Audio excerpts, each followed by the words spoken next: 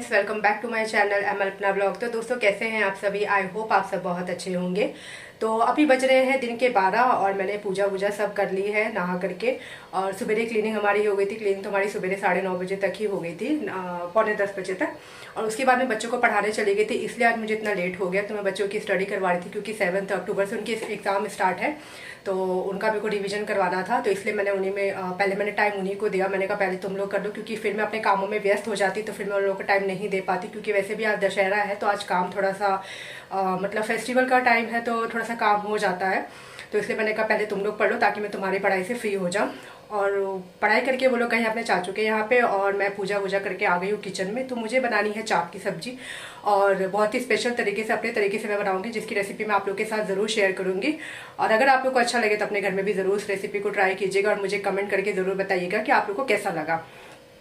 तो यहाँ पे मैं आ गई हूँ अपना बनाने के लिए। और नाश्ता वाश्ता तो मैंने सुबह ही करवा दिया था एक्चुअली।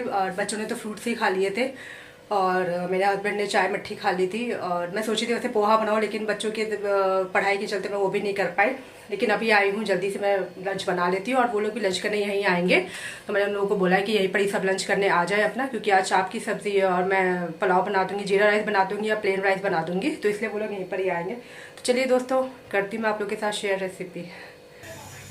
तो देखिए मैंने चाप को ऐसे बॉईल कर लिया है। बॉईल करने के बाद मैं इसको हाफ पीस में काट दूंगी, ताकि इसमें जितनी भी ग्रेवी है या मैरिनेट में ऐसे करूँगी तो जो भी ग्रेवी मैरिनेट का जो ग्रेवी होगा वो अच्छे से इसके अंदर जा सके। तो अभी मैं इसे फ्राई करूँगी हाफ करके अच्छे से, कुरकुरे होने तक, क्रिस्पी होने तक, और फिर उसके बाद हम इसे मैरिनेट करेंगे। तो चलिए दोस्तों स्टार्ट करते हैं तब। तो मैंने यहाँ पे ले लिया है मस्टर्ड ऑयल, और हम लोग खाने में ज़्यादातर मस्टर्ड ऑयल ही यूज़ करते हैं, कोई दूसरा ऑयल हम लोग कम ही यूज़ करते हैं, रिफाइंड ऑयल, क्योंकि ये हेल्थ के लिए अच्छा होता है। और मेरी बेटी भी इससे खाना खा सकती है, क्योंकि हम लोग उसको रिफाइंड ऑयल का बना हुआ खाना नहीं देते हैं। तो देखिए मैंने अच्छे से इसमें काट लिया है और मैं इनको डाल दूँ इसमें।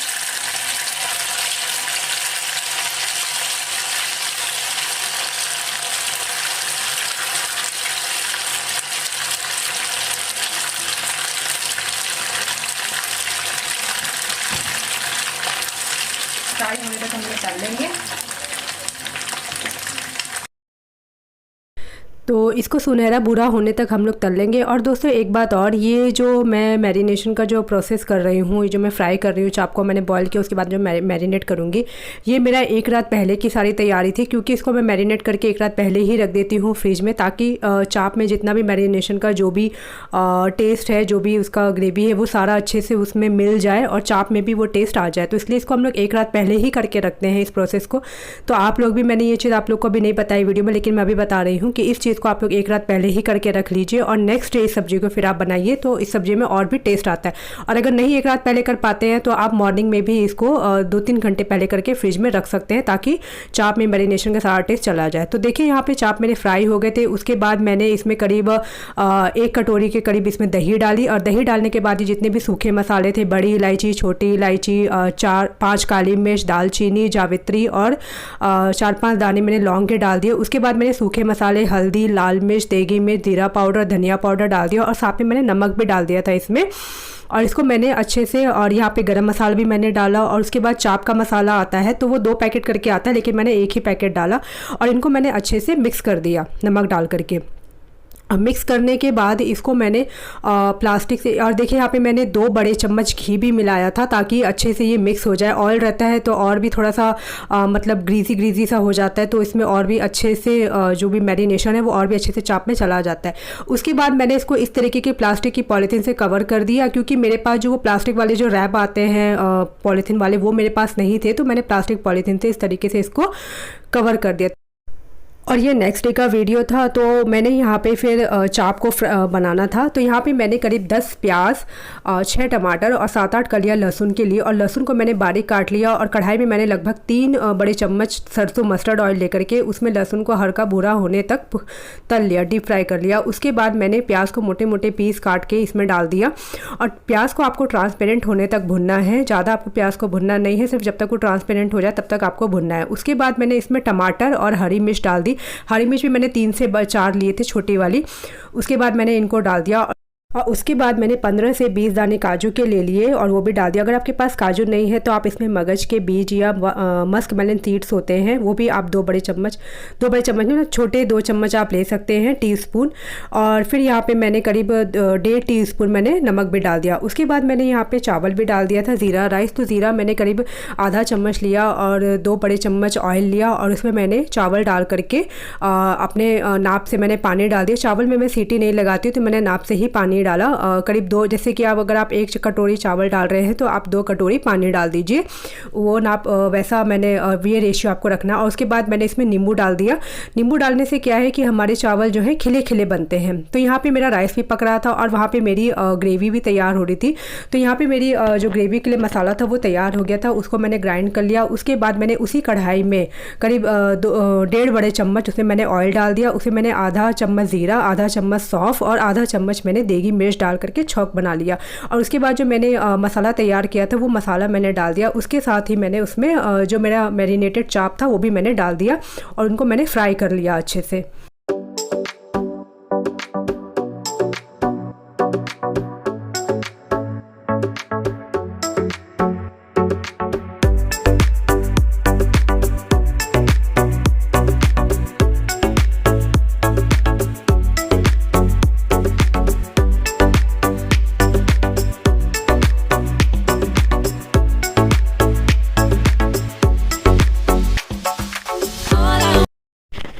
तो यहाँ पे मैंने मैरिनेटेड चाप भी डाल दिया था और इसको मैंने 5-5 मिनट पे मैं इसको ढक ढक करके चलाती रही।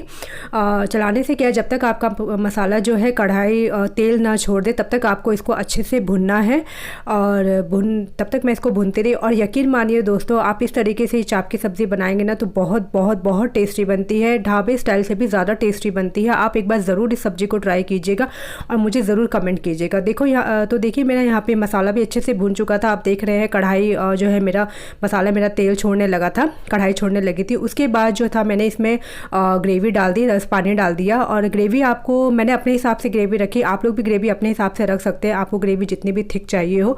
तो मुझे ना ज़्यादा थिक पसंद है और ना ही ज़्यादा पतला पसंद, तो आप भी ग्रेवी अपने हिसाब से रख सकते हैं। आपको जितना भी ग्रेवी का थिकनेस पसंद हो उस हिसाब से आप रख लीजिए। और हाँ, एक चीज़ और, नमक आप बिल्कुल ध्यान से डालिएगा क्योंकि नमक मैं पहले ही चाप पे भी डाल देते हैं और उसके बाद जो हम मसाला तैयार करते हैं उसमें भी नमक जाता है। तो आप एक बार ज़रूर टेस्ट करके नमक एक बार टेस्ट कर लीजिएगा कि नमक ठीक है कि नहीं है।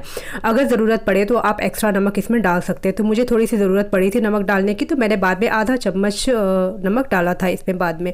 और उसके बाद ग्रेवी को अच्छे से उबाल आ जाने के बाद आपको इसमें कसूरी मेथी करीब 1 चम्मच आपको कसूरी मेथी अच्छे से उसको क्रश करके इसमें डाल देना है, तो उससे और भी अच्छा इसका टेस्ट आ जाता है। तो देखिए यहाँ पे मैंने जो कसूरी मेथी है उसको अच्छे से क्रश करके इसमें डाल दिया।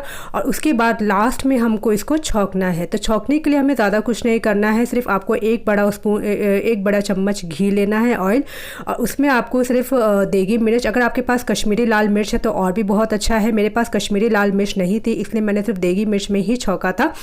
तो आप इसमें देगी मिर्च और जो नॉर्मल लाल मिर्च होती है उससे आप छौंक लीजिए। और हाँ, कम आंच पे छौंकना है, मसाले को आपको जलाना नहीं है। तो इस तरीके से छौंक करके आप इसमें डाल दीजिए और उसके बाद तो टेस्ट और भी अच्छा आता है इस ग्रेवी का। तो इस तरीके से मेरी चाप की रेसिपी तैयार हो गई थी और हमारा लंच तैयार हो गया था। और उसके बाद मैंने घर में सबको लंच करने के लिए दे दिया था क्योंकि सबको लग रही थी बड़ी कस की भूख, क्योंकि नाश्ता भी सबने सुबह कोई ख़ास अच्छे तरीके से नहीं किया था। तो मैंने जल्दी से सबको लंच दे दिया और आयुषी सब भी आ गई थी। तो इस तरीके से मेरा लंच तैयार हो गया। स्पेशल लंच जो मैंने आज का सोच रखा था, चाप की सब्ज़ी और ज़ीरा राइस, और उसके बाद मैंने साथ में सलाद दे दिया। तो यहाँ पर केशव के चाचू ने, उसके पापा ने और केशव ने साथ में मिलकर के लंच किया। तो केशव अपने चाचू के साथ ही, अगर वो रहते तो उनके साथ ही वो खाना खाता है, तो उसने अपने चाचू के साथ खाना खाया यहाँ पे।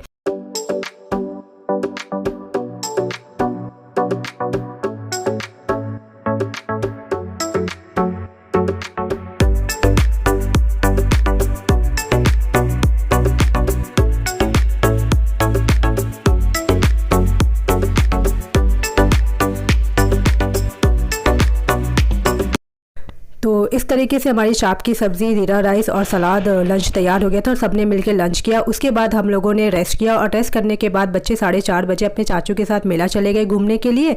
और जमुना ने तो बाहर कुछ नहीं खाया, लेकिन केशव ने, उसके चाचू ने बाहर खाया और वो हमारे लिए भी घर पर लेकर के आए रोल, इमरती और जलेबी।